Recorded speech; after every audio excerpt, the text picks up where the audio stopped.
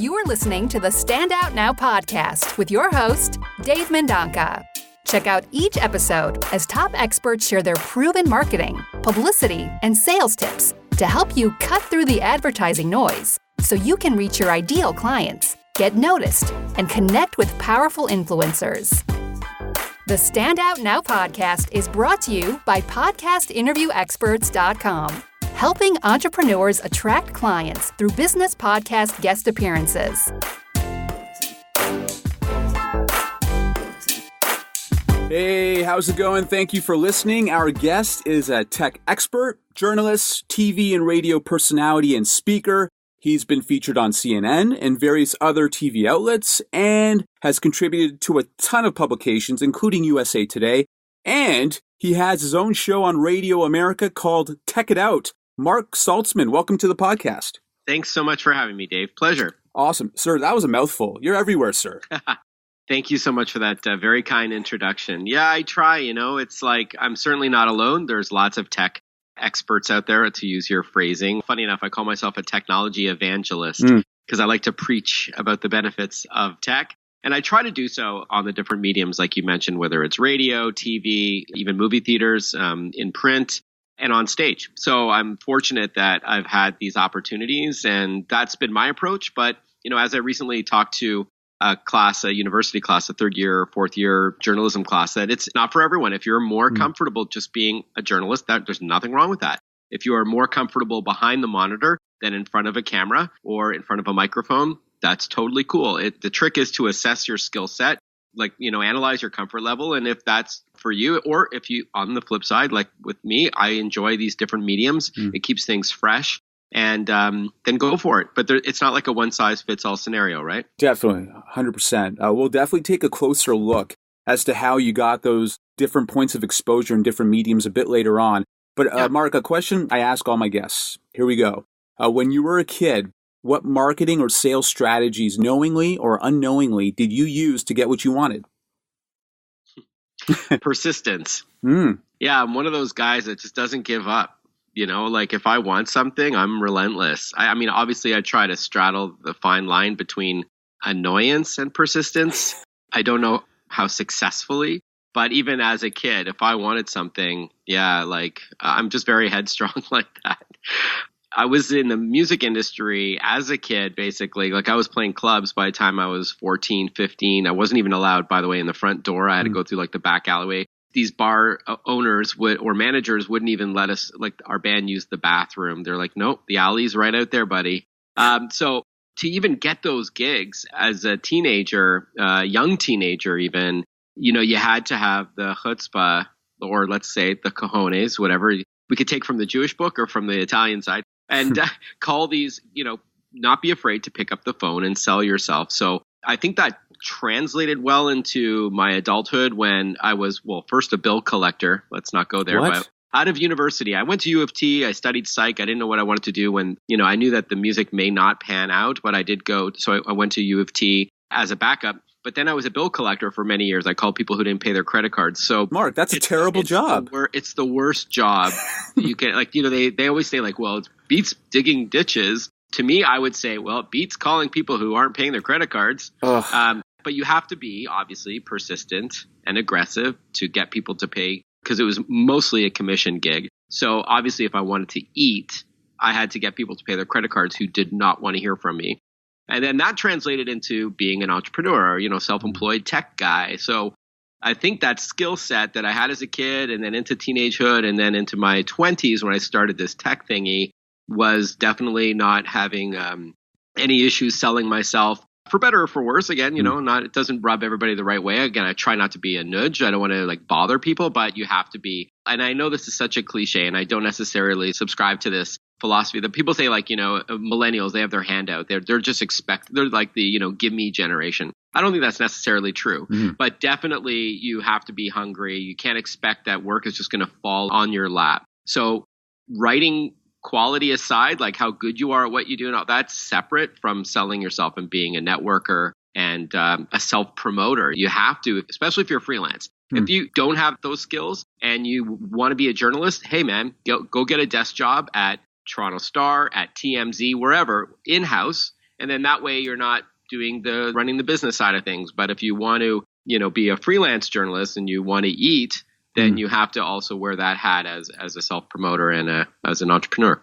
So what did you do, Mark? What were some of the tactics? You're this up-and-coming tech evangelist trying to sell your wares, trying to sell your thought leadership. What would you do? Like the mid-90s, I believe that's when you started this. So how did you sell yourself? When I wanted to write for a publication, be they Canadian or American, I would do one of two things. I would go to bookstores and I would open up a gazillion magazines and newspapers and write down the masthead has the name of the editor and their email address and or a phone number. So I'd write down one or more of the editors' names because you want to make sure you're pitching the right editor. So I would write down, bring a little book, and I would come home with pages and pages and pages of scribbles of people to email. The second way I did it was just using the web, which was brand new in the 90s, this World Wide Web thing. My browser was Netscape. Whoa. Yeah, remember? So I started to do research that way. And you're able to find the people who you're trying to reach, mostly editors for me at that point, find the name and the phone number or a combination of calling and emailing and have a short, concise pitch and basically copy and paste. I mean, time, you don't have unlimited time. So you have to use your time wisely. Don't write an essay. If you're trying to get work, have a nice, short, concise pitch that is personalized because they can smell something that's been cut and pasted. So that's the tactics that I use primarily. And I was hungry. I didn't care that I was Canadian and unknown. I wanted to write for the bigger publications. In fact, here's a funny story. I wanted to write for Yahoo. They were the kings of the internet back in the day. And for the life of me, I couldn't get them to call me back, write me back, no matter what I tried. And I did confirm that the editor that I was trying to reach was the right guy. So that was one obstacle where I've had his colleagues go, no, he's the right guy. So what I did was I went on the internet and he was in San Francisco or the Bay Area, wherever Yahoo is, and Sunnyvale, I guess. I don't know. Yeah. Anyways, I went on the internet and I ordered a giant cookie to his desk. It cost me all of $7 or $8. And I had my name and phone number written in icing on the top of the cookie. Those companies that send a pizza box with a cookie in it, right? Brilliant. So that's what I did. And then the guy called me and he's like, how could I not hire you after you went through all this trouble to get my attention? And clearly he's probably thinking in his head, this guy isn't going to now not file articles on time. Obviously, if he's going to go through that much trouble to get the gig, he's got to obviously offer something is what I'm thinking he was thinking. So yeah, it worked. Sometimes you just got to get creative. Another tactic for sure was when I started writing for bigger and bigger publications, I guess the Toronto Star was my first break, even though local publication, it was pretty big in Canada. And then I used that as a springboard to get into some American magazines and newspapers and websites. But definitely once you start writing for somewhat of a bigger audience, you likely will be invited to events. And you go to those events and you network the hell out of it without being annoying. Just try to, you're going to sit at a table with, on one side, the editor of this magazine. On the other side, you're having a drink with an editor at that magazine. And you will just, by being friendly, you will start networking and, ask for a business card or at least make a mental note of their name and then hit them up afterwards very professionally. Right. But don't wait 5 weeks to do it. And just don't be afraid. The worst that they'll say is no thanks or not yet. And that's another thing. I don't take no for an answer. I'll take not yet for an answer. But unless, they're right. Unless I already know somebody is writing for them that covers tech, I will not step on somebody's toes. But things change, right? Publications change all the time. There's new editors. Journalists will stop writing for one place and then start writing for another. So you just, by sticking around, what's that expression? Showing up is half the battle. So just be there. Yeah.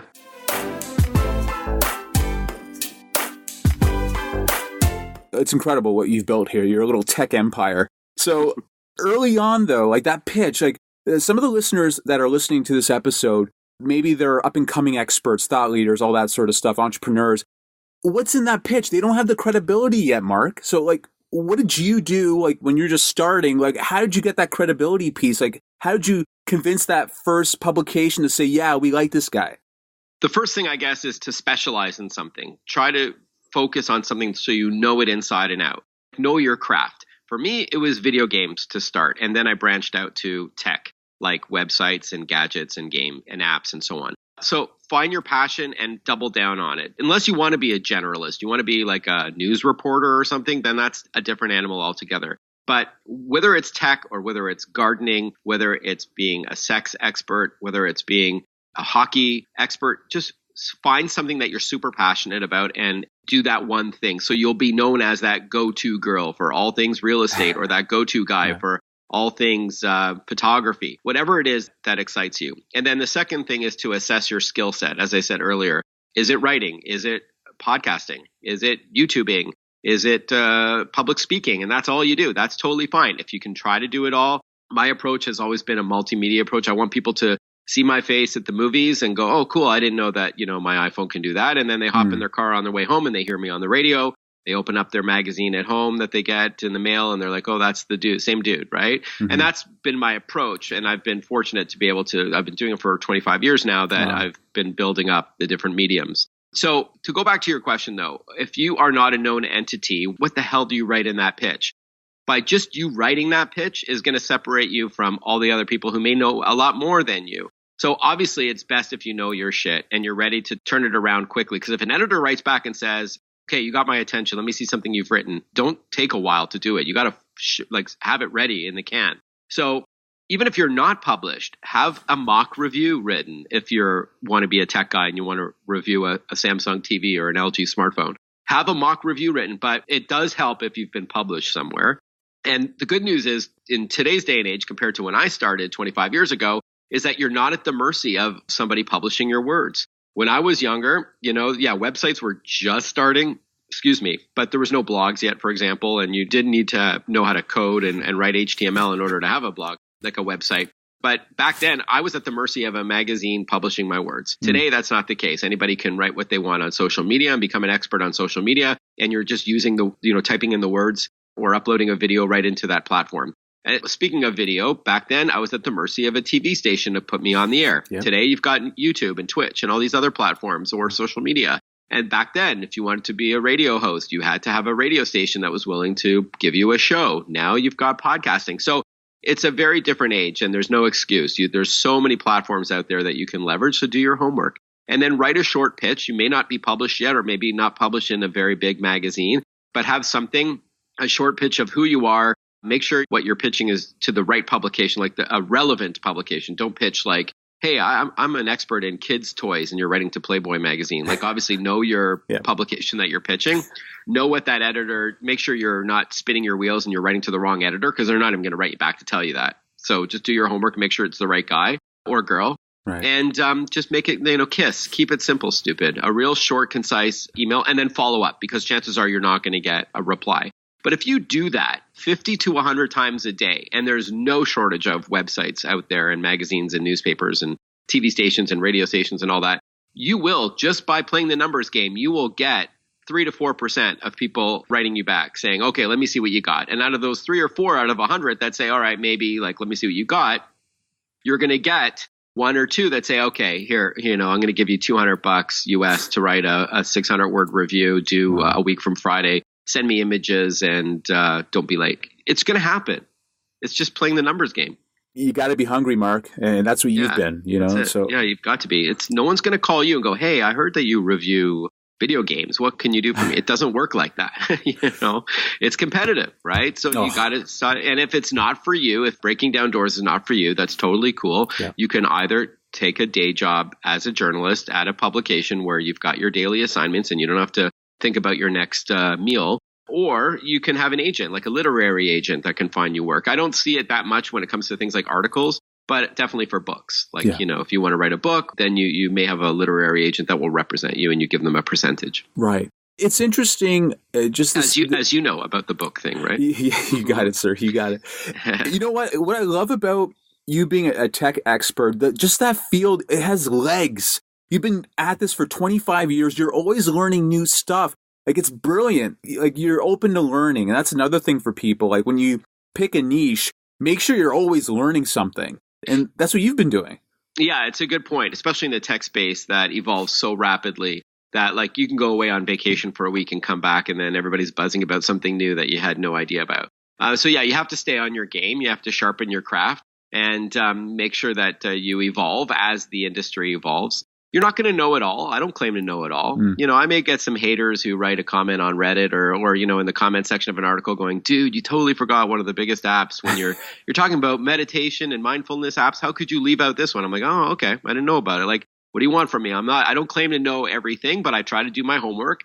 I try to know my space. I try to stay in my lane. Sometimes I'm on a TV station, and because tech covers so many industries, they'll be like, hey, Mark, what do you think about the, like live on the air? Wow. Hey, Mark, what do you think about this Huawei arrest and this extradition? And I'm like, man, I can tell you about their products. They're pretty darn good, but I can't comment about politics nor do I want to, unless you're capable. But I just stay in my lane, right? As you said, you got to do your homework no matter what it is you specialize in, because it does evolve. Things do not stay the same. Right. You're talking about like TV, like making appearances and whatnot. So is the pitch kind of the same? Like when you're doing pitches for print, online articles, that sort of thing? Or is there a different approach with, say, like this? Obviously, the CNNs of the world are at the peak of the mountaintop. You have to gradually get there. But if you're starting out, you want to get your thought leadership out there, your expertise. How do you pitch a TV station? Yeah, all their phone numbers and email addresses are at every website. So if you, for example, are in Canada, if you Google CTV Toronto, for example, you will see the newsroom phone number and you will see the newsroom email address, and it'll say, send your pitches here, or, got a story, send it here. You could do that. Again, going to events and you network, you'll meet people over time. And I think the pitch is similar. In my case, just anecdotally for what it's worth, is that I only did writing at the beginning, and then I branched out to radio a little bit. And then the TV station started contacting me after only I started writing for the Toronto Star. So, for example, there was a controversial video game. Oh, let's get the Toronto Star video game writer to comment on it. So Global TV or CTV is calling and saying, hey, we want to come over and get a soundbite from you. I was still in my parents' basement and I had a horrible mullet, but they still somehow put me on TV. Nice. But no, they would come over and they would quote you, but you're not going to be offered your own show, of course, right away. But you could also do things like media training to learn how to talk on camera, how to answer a question properly. It's not for everyone to do all that. There's free YouTube videos on media training. But I just learned on the job. I just learned what worked and what didn't work. And similarly, because I did not go to journalism school, when I submitted an article and it was published and looked a little different than the way I submitted it, I looked at what was published and what I submitted, and I would compare the differences between the two. And then that's how I learned how to write. I was probably pretty sloppy at the beginning because I wasn't formally trained, but I knew I knew gaming well, but I just didn't know how to write that well. But then I learned the difference between like an active sentence and a passive sentence, and just grammatical do's and don'ts and stuff like that. But you learn on the job. And same with TV. You'll watch yourself and you'll ask somebody else for advice, right?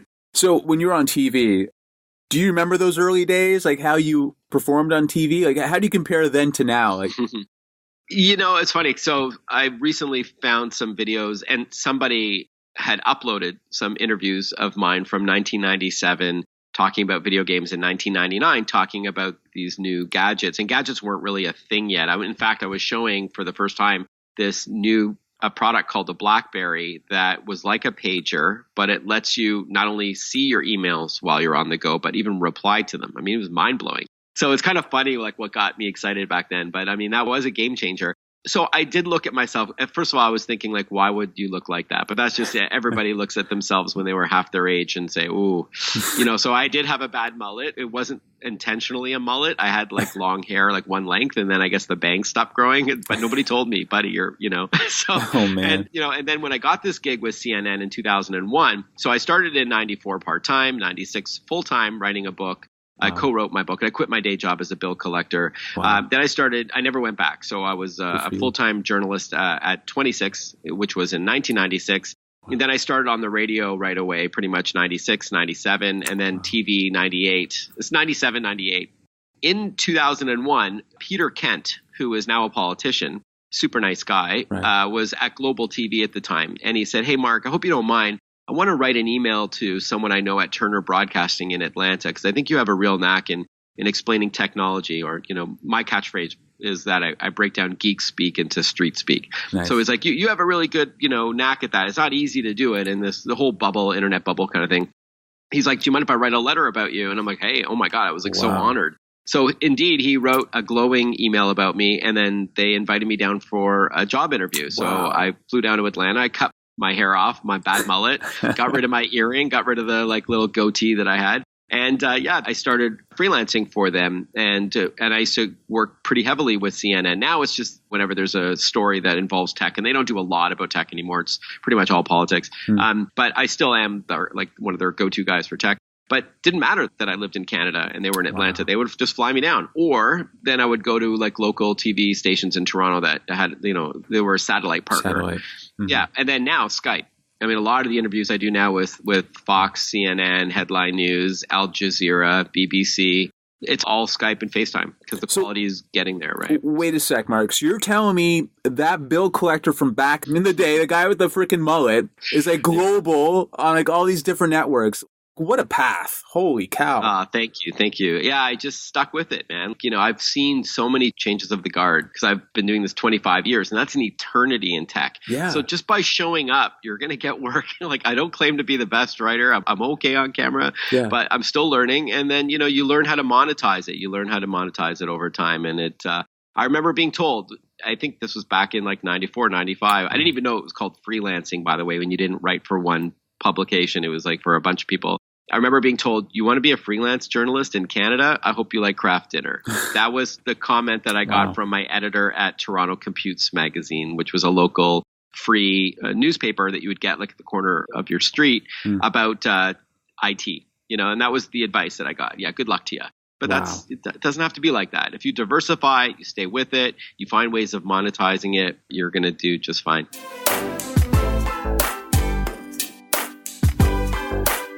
How do you monetize these days? It's speaking, it's writing.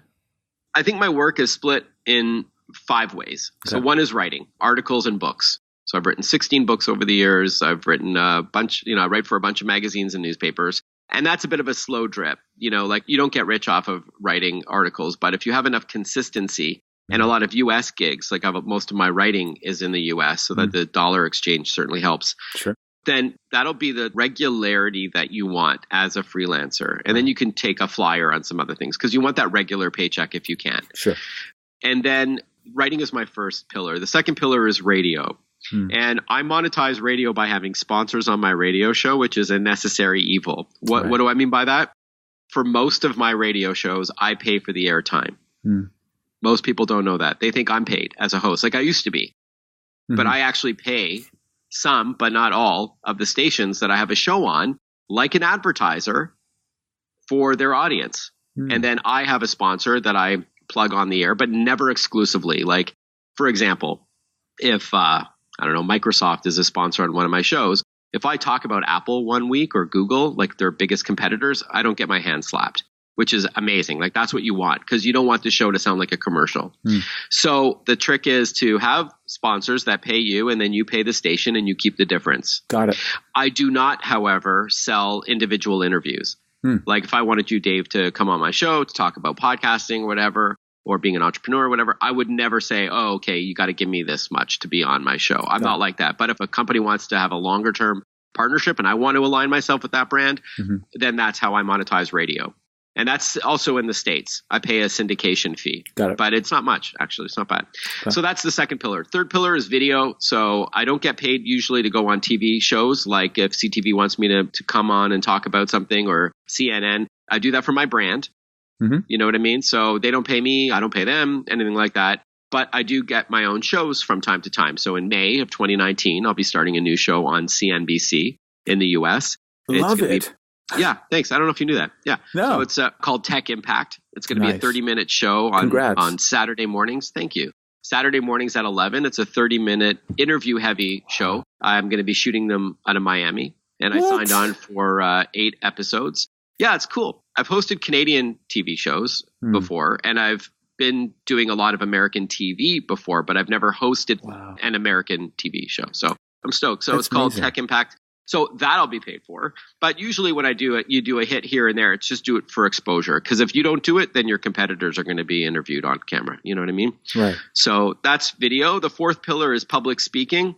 So I give keynotes, I MC, I moderate panels. I really like doing that. That's kind of like the newest part of my business. And I am on the roster of a speakers bureau, but most work comes to me directly because of social media and because of the fact that I've been in this industry for so freaking long that companies will write to me directly on, LinkedIn or Facebook or Twitter, whatever, they'll say, hey, Mark, how much do you charge for a 1-hour keynote about cybersecurity? And are you free on June 15th? And we'll fly you to Vancouver or we'll fly you to San Antonio to do it. Wow. That kind of thing. So I do about 30 or 35 a year. Oh, beautiful.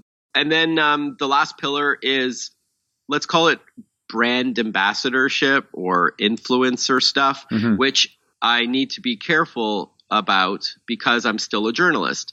That's a big no-no to some. I'm not a reporter, so it's not like it's an issue there, but I segregate the two as much as possible. Like I did this video for social media with an eye drop company, like, about tech and dry eyes and stuff like that. And I thought, well, it's not like I write about this topic a lot. So, or a lottery company, like a government-owned lottery company may say, hey, we've got a new app and we think it's pretty cool. Would you like to shoot some videos with us? And we're going to boost them on social media. So I may be open to that. Or this fifth pillar also includes things like sponsorship on radio and all that. Or the movie theater thing that I do, which we haven't gotten to yet. Yep. So I don't do it every month anymore. But in Canada, I have a spot on movie theaters called Gear Guide. It's a 1-minute tech update. We used to do them every month, but now we only do them when they're sponsored. So I either don't do them if, so those journalists out there that have ethical issues with sponsorships, obviously that's not for you. But I used to do them regardless, whether we had a sponsor or not. And I was paid differently. I got a base rate if we had no sponsor. And I wrote and I hosted a 1-minute spot, which is amazing exposure. Amazing. Captive audience, right? You can't change the channel. Yeah. But we only do them now when we have a sponsor. Okay. So I did a recycling spot last year. I think it was only on twice last year. One was a recycling spot. How do you recycle your old tech? The other one was like an automotive company, I think. So I'll do them, but I have to separate that from anything I do from writing, because you could never have anybody say, oh, wait a minute, you wrote about this and didn't you get paid for that? And I don't want to risk any of that. I've worked too long and hard to build up a name for myself. So I'm cautious about it, but I am open to select partnerships when it makes sense. But I just separate that kind of work from the other stuff. And that's just the age that we're living in. On one hand, I can't compete with these like 18-year-old Instagrammers that have 1 million followers. I still have the legacy media, let's call it, like articles in newspapers and, I'm on TV and on traditional radio, like terrestrial radio. But when applicable, then I will do some partnerships with brands that I know and love. So I am open to that if it feels right. Wow. See, what a career. See, when I look at your career, it's about persistence, continuous learning, just keeping at it. Breaks, like that break to CNN, like that was incredible. Like that was a turning point. But the whole time along, you're open to different mediums. You kept going at it. You kept learning new stuff. It was a progression, like no shortcuts. Marc Saltzman's not about shortcuts. You know what I mean? I'm short. There's no such thing as a shortcut, I think. Like, you can get a break, as you called it, but that's pretty rare. Yeah. And even that so-called break that I got, that's after being with Global for several years, doing free interviews, that I had like an amazing guy like Peter Kent take the time to write to somebody. And obviously the timing was good as well for them to say, okay, come on down. Let's see what you got. And funny story, by the way, I was on my first video shoot in like the fall of 2001. It wasn't live, but I was in Atlanta with a cameraman, and I was doing a stand-up from a school playground, like a yard, where I was talking about kids and addiction, digital addiction. And I was holding the CNN mic flag, talking to the camera, and I see the camera light go off. It was red, right, when it's recording. And it took off his camera off his shoulder, and he put it down on the ground. I'm like, hey, what's up? He goes, how good are you at constructive criticism? Oh, no. I'm like, let me have it, man. This is my first U.S. gig. He knew us from Canada, whatever. And he's like, you sound really Canadian. Oh. He's like, you're saying a boot and an A, and which I doubt it. But, he was like, if you don't mind, try to So over the years, I really tried to be conscious about not sounding like, take off a hoser. Obviously, that's an exaggeration. But, it's funny. Admittedly, I kind of whitewashed my accent, I think. Wow. It slips out here and there, but it's kind of funny, right? Yeah, no, there are no shortcuts. You just got to keep hammering. And then eventually, the pendulum will swing back. And then you get to choose what you want to work on. And if you stay with it long enough and keep your nose clean and work your ass off and network and then leverage what you've got now to what you can get tomorrow, and you spend way more time getting work than you thought you were going to do. We all want to just focus on content, but for every 1 hour you spend writing, you should spend 4 hours getting more work. Right. If you're a freelancer, I'm sorry to say that, But that's just how it goes. If you could do all those things and you don't burn out, like it's easy to get discouraged by like, oh, frick, no editors are writing me back. You feel like you're spinning your wheels, but it'll pay off, man. It'll pay off. Just got to stay with it. It'll pay off 100%. At what point did you realize like this life was for you way back when? That's a good question. I don't know if there's one moment. I was a late bloomer. I stayed at home late because I couldn't afford to move out. Sure. And I was starting to build my career in my parents' basement, and my parents are super cool, so I wasn't in a rush to move out. I was paying rent, mind you. And then I met my wife, to-be, who moved in with me in my basement. And so we just saved. So when we bought our first house, I was 30, man. I was like, I got married on my 30th birthday. I know that's like laughable to many, but I stayed at home late. I saved, but we bought a nice house. Like I never went through that, dump stage where you basically can buy what you can afford or you rent. I was able to own my first house, but I waited with no help from anyone. But I remember getting my first really big royalty check like a week after. And this was already like my third book or fourth book. At that time, it was a huge royalty check. I didn't even remember the number, but I remember screaming for my wife to come to the mailbox and I'm like, look, we can pay this towards our mortgage that we just had. You know what I mean? And I remember that was like, wow, like it's really working, but even then I wasn't sure, like years later. You just got to keep going. It's funny when I finished. So I quit my day job as a bill collector in 96 when I was 26 to co-write my first book. About 2 months later, when that was done, my dad's like, you done the book? Okay, go back to being a bill collector. And I'm like, no, because he's of the generation where like, you don't have to like what you do for a living. Just put food on the table and just suck it up. And that's what hobbies are for. You don't have to like what you do. And I'm like, no, man, YOLO, right? It's like, I have to do what I want to do or else I'm not, so I just was relentless in getting work. And then that's how I was able to afford to eventually move out and then work my way up. Wow. What a story. Marc, a tip of the cap to you, sir. You've done some great things, a lot of hard work. And that's so nice of you. Thank you. Yeah, you earned the success, man. I respect that. When people earn it, you get my respect. So well done, sir. Where can people find out about the various parts of your immense tech media empire? Empire. Hardly, but thank you. I guess social media is a great place. I try to play on all the big platforms, Insta, Twitter, Facebook, YouTube, and LinkedIn.